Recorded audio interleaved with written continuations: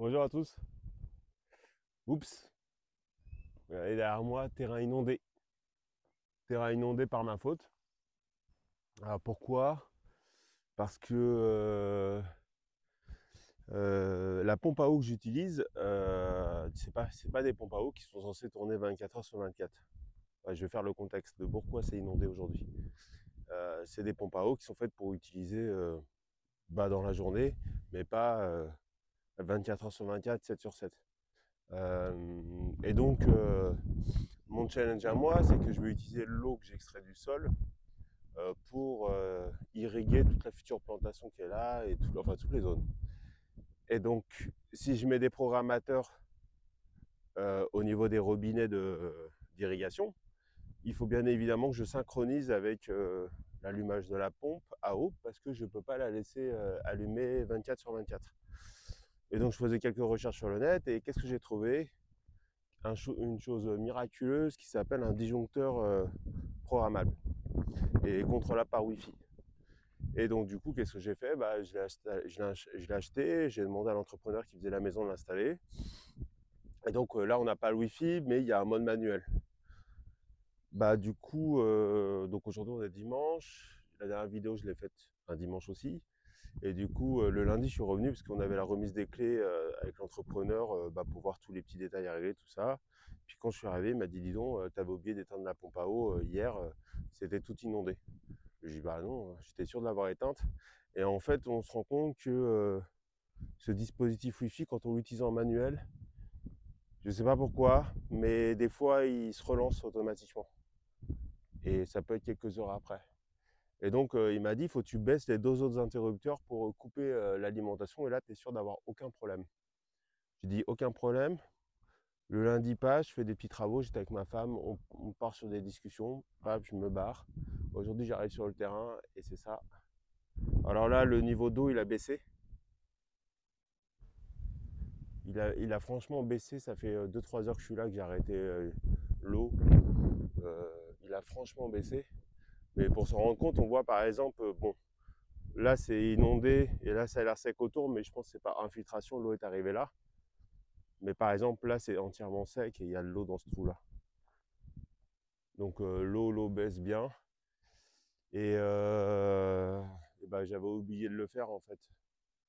Donc là j'ai coupé l'eau. Dans mon malheur, enfin malheur, c'est pas un gros malheur. Ça aurait pu être vachement pire. Parce que là, le seul impact que ça a eu, c'est que je ne pouvais pas travailler sur ce que je voulais faire, c'est-à-dire continuer de préparer les trous de cette zone-là. Parce que la brouette et tous mes outils étaient au milieu de la boue. Et ici, la terre est vite collante et je vais m'épuiser, je vais me salir, je ne vais pas avancer. Et donc j'ai fait autre chose, je vais en parler après. Mais bon, dans mon malheur, ça aurait pu être pire parce que si j'avais fermé les robinets, je laisse toujours des robinets d'allumer. Si j'avais fermé les robinets, donc j'aurais pas cette inondation là. Mais par contre, j'aurais, comment ça s'appelle? J'aurais cramé probablement la pompe. Enfin, il y a des chances que je crame la pompe. Parce qu'en gros, si la pompe ne peut pas évacuer l'eau, elle cherche à la sortir par tous les moyens. Et c'est comme un moteur, hein, quand vous faites tourner et qu'il ne peut pas délivrer sa puissance, il crame. Et là, l'entrepreneur avait prévenu, alors même si j'ai acheté une marque de pompe à eau qui est assez chère, qui s'appelle Franklin, mais c'est le must ici. C'est utilisation de ce qui s'appelle industriel, donc c'est pour... j'avais l'intention de la malmener, c'est-à-dire de l'utiliser, mais j'avais pas l'intention de la laisser tourner comme ça plusieurs jours à fond perdu. Et donc du coup, j'aurais pu vraiment l'endommager si j'avais fermé les robinets, tous les robinets de sortie, et qu'elle ne pouvait pas sortir de l'eau. Donc elle a tourné plusieurs jours, vraisemblablement. Je ne sais pas si elle a reprise le lundi quand on est parti, ou le mardi, ou je ne sais pas quel jour, mais en tout cas ça c'est plusieurs jours d'eau. Il y a des trucs intéressants à voir quand même. C'est déjà c'est devenu le paradis des papillons et des libellules. Donc on en voit quelques-uns à la caméra là. Je vous montrerai des images, enfin, si elles sont pas trop mauvaises.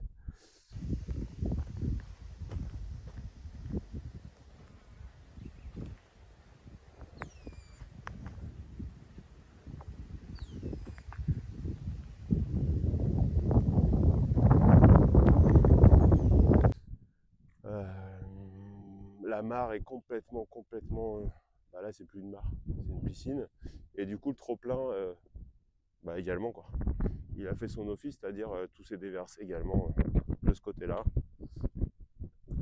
C'est dommage que j'ai pas eu les caméras, parce que si j'avais eu les caméras, comme je suis assez curieux, j'aurais regardé de temps en temps et j'aurais vu ça. Et je me serais déplacé dans la semaine un soir pour l'arrêter évidemment, enfin, dès que j'aurais pu. Regardez, hop. Et enfin, ça aurait pu être pire si, pour plein de raisons, par exemple, si j'avais planté, là j'aurais tout tué. Parce que là, les racines dans l'eau, là, c'est sûr que je les tuais, je les asphyxiais. Du coup, si ça avait été fait dans l'autre zone où il y a des arbres, bah, je les tuais. S'il y avait aussi, normalement, aujourd'hui, je devais arriver avec des arbres, j'avais prévu de venir avec 6 arbres. Un manguier, un guanaba, un citronnier spécial, et un mamey, et quoi d'autre, je sais plus. Et non, je suis pas venu parce que bah, j'ai eu un petit écart d'emploi du temps avec la personne qui devait me les vendre. Et du coup, bah, je continue de discuter avec lui et probablement, je me suis dit, bah, je le ferai la semaine prochaine. Et bah, heureusement, parce qu'aujourd'hui, j'aurais pas pu les planter, donc j'aurais été bon pour repartir avec. Et ça m'aurait fortement embêté, parce que comme ici, c'est la saison la plus chaude de l'année. Ça monte jusqu'à 45, et en ressenti, ça fait du 50. C'est sûr que les arbres, quand ils sont en pot, là, ils souffrent énormément. Donc voilà, ça aurait pu vraiment être pire. Donc c'est pas grave. En attendant, j'ai fait autre chose. C'était un signe pour me dire, Laurent, arrête de négliger le désherbage sur la partie le long du mur, parce que ça devient déjà hors de contrôle. Et que bah, ici, comme c'est une zone tropicale, même en France, hein, quand vous laissez l'herbe prendre le dessus, enfin les forêts prennent le dessus, vous avez des problèmes. Bah, ici, en zone tropicale, c'est 10 fois pire.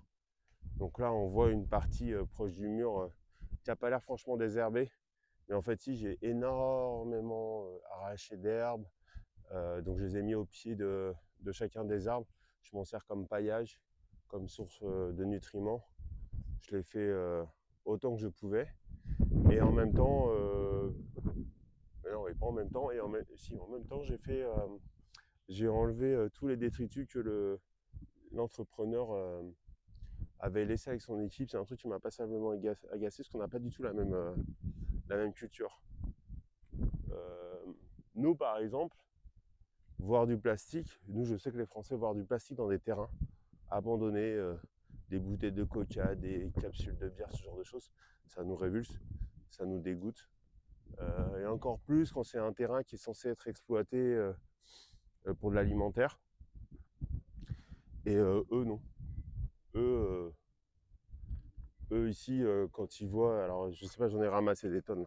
J'ai fait 3 sacs poubelles de 60 litres. Je vais voir si j'en trouve. Non, ça c'est une gaine. Hop. Là, par exemple, ce genre de truc là. Ce genre de truc. Eux, non. Eux, en fait, pour eux, c'est rien, quoi. Et donc, je lui dis, tiens, bah là, un mégot de cigarette. Ça, c'est une saloperie. Un autre mégot. Et donc, eux, pour eux, c'est rien. C'est pas méchant, ça va se dégrader. Mais en fait, nous, on sait tous que ces saloperies, déjà, ça se dégrade très lentement. Ensuite, ça pollue la terre. Donc c'est absorbé par certaines racines, et surtout si vous avez des arbres fruitiers pas très loin, ça les gobe et vous les retrouvez dans les fruits. Hein, regardez, cherchez le microplastique. Et après, c'est absorbé par les... Oh là, c'est quoi ça? C'est absorbé par les nappes phréatiques, tout simplement. Ça ruisselle, bah, surtout quand il y a des inondations comme ça. Ça passe dans les cours d'eau. Et ici, je l'avais dit, on est dans une zone écologique, ce qu'ils appellent écologique, et que c'est la zone qui fournit 50% de l'eau potable de Mérida. Donc il y a des énormes canalisations, il y a des énormes stations de pompage ici, dans toute cette zone pour alimenter la grande ville d'1 million de personnes à côté. Et donc effectivement, si on pollue les sols ici, bah, tout le monde en profite dans la ville. Et c'est des pollutions qui sont très dures à traiter. Enfin, bref, c'est des saloperies quoi. Et donc, quand je lui dis, bah, là, c'est un peu le souk, enlève-moi ça. Donc déjà, il en avait enlevé une partie avec ses gars. Mais après, il répond, ouais, celui qui cherche trouve.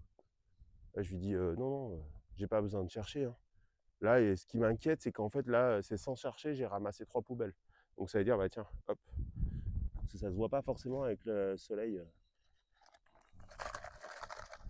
Euh, Ce qui m'embête, c'est que c'est sans chercher. C'est-à-dire que je sais qu'après, quand je commence à chercher, eh ben, j'en trouvais un peu plus. Et ça, c'est pas cool. Donc il doit faire d'autres travaux, mais avant de les lancer, je vais lui dire, bah, je les lancerai quand j'aurai fini de nettoyer et on va changer les règles. Maintenant, si tu veux travailler ici, eh ben, faut que tu viennes avec un sac poubelle. C'est-à-dire qu'à chaque fois que tes gars ils boivent des bières, des coca, des je sais pas quoi, eh ben, vous faites comme tout le monde, comme moi, comme tout le monde, bah, vous mettez ça dans une poubelle. Et comme ça, tout le monde est content. Si t'es pas d'accord avec cette règle, pas de problème, mais il y aura plus de contrat.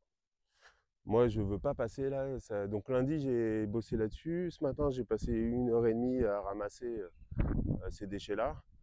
Et en plus, bah, ça me dégoûte. Enfin, c'est dégueulasse, quoi. Donc, peut-être j'ai pas suffisamment insisté la première fois pour qu'ils comprennent que pour nous, c'est important.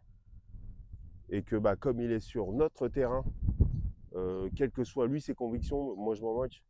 S'il veut faire ça chez lui, bah écoute, je peux rien faire, mais en tout cas, s'il veut faire ça chez nous, là je peux faire quelque chose et c'est complètement interdit. Donc juste la mise en point claire. Et sinon, bah, si lui ça lui pose un problème, bah, il mettra plus les pieds ici. C'est dommage parce que bon, globalement, ce qu'il a fait, je ne l'ai pas présenté encore, mais ça va. Comme toujours, il y a des trucs qui agacent, qui sont pas parfaits, qui sont ceci, qui sont cela. Mais je trouve que c'est plutôt pas mal, c'est droit. C'est quand même assez droit. Les finitions, ça va. Disons que pour le Mexique, ça va. Parce qu'ils ont pareil, ils n'ont pas le même sens des détails que nous. Je sais que ma femme est très très pointilleuse. Et j'aime bien ça, parce que du coup, elle a tendance à pas laisser passer les choses. Et c'est plutôt bien parce que bah, on paye pour que ce soit bien fait. Et d'ailleurs, on paye un petit peu au-dessus du prix du marché, justement pour que ce soit bien fait. Euh, et voilà quoi. Donc, si on récapitule cette petite journée, inondation, donc du coup, ramassage de déchets, désherbage là-bas. J'ai aussi réglé un truc qui n'était pas très joli au niveau du tuyau de sortie, parce que j'avais branché le filtre à eau directement sur le robinet et comme les pas de vis sont différents, le filtre à eau était de biais, c'était dégueulasse. Et je suis pas sûr qu'en plus il était très efficace comme ça. Et donc du coup, ça j'en ai profité pour le faire et j'ai sorti un peu de caillasse là-bas. Donc demain je dois revenir lundi, j'espère que ça aura séché d'ici là pour que je puisse travailler sereinement.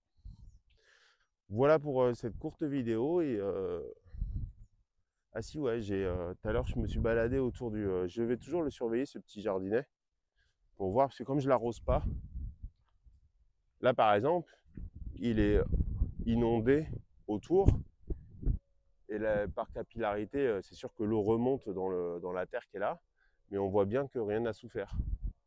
Et je le laisse du coup les 2 basiliques un petit peu en fleurs et tout à l'heure j'ai pu profiter d'une abeille qui était en train de butiner tranquillement. Je vais vous mettre l'image. Ah bah tiens, bah là au moment où je parle, là on en voit une. Je sais pas si on la voit bien. Elle s'enfuit là-bas. Ouais, elle est là-bas. Et donc ça c'est super chouette. Non franchement c'est super apaisant quand ça sera un petit peu plus nickel sans mes bâches qui traînent, mes tuyaux qui traînent, ma